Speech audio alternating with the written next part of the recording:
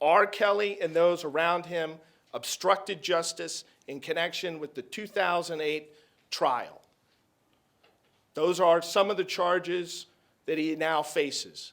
And I am highly confident that when all the evidence is heard, that he will be convicted, along with others around him, of obstructing justice in connection with the 2008 trial.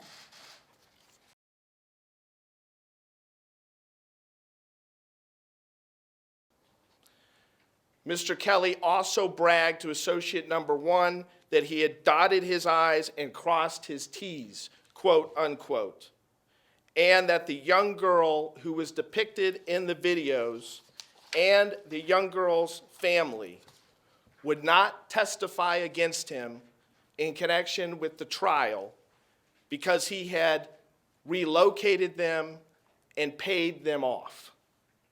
It was subsequently learned that Mr. Kelly, through multiple means, had paid the young victim and her family over $2 million not to testify and come forward in connection with the 2008 trial.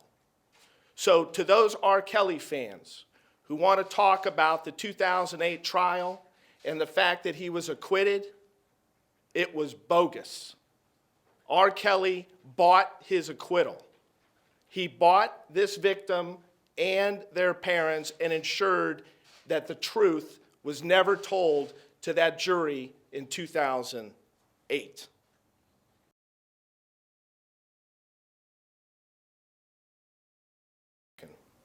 This is a case about young girls, many of whom came from rough neighborhoods, who were economically disadvantaged and were easily preyed upon by a guy who used his power and wealth and contacts to get away with it for almost 30 years.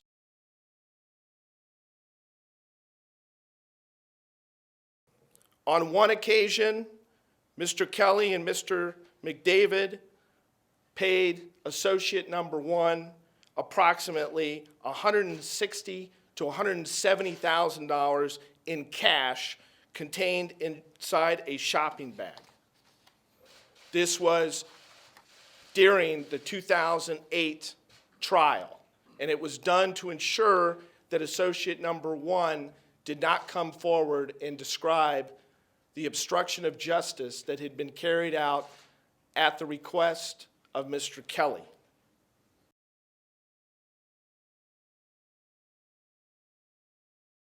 This process included interviews of multiple victims who described in great detail how they had been victimized and sexually assaulted by Robert Kelly when they were 14, 15, 16 years of age.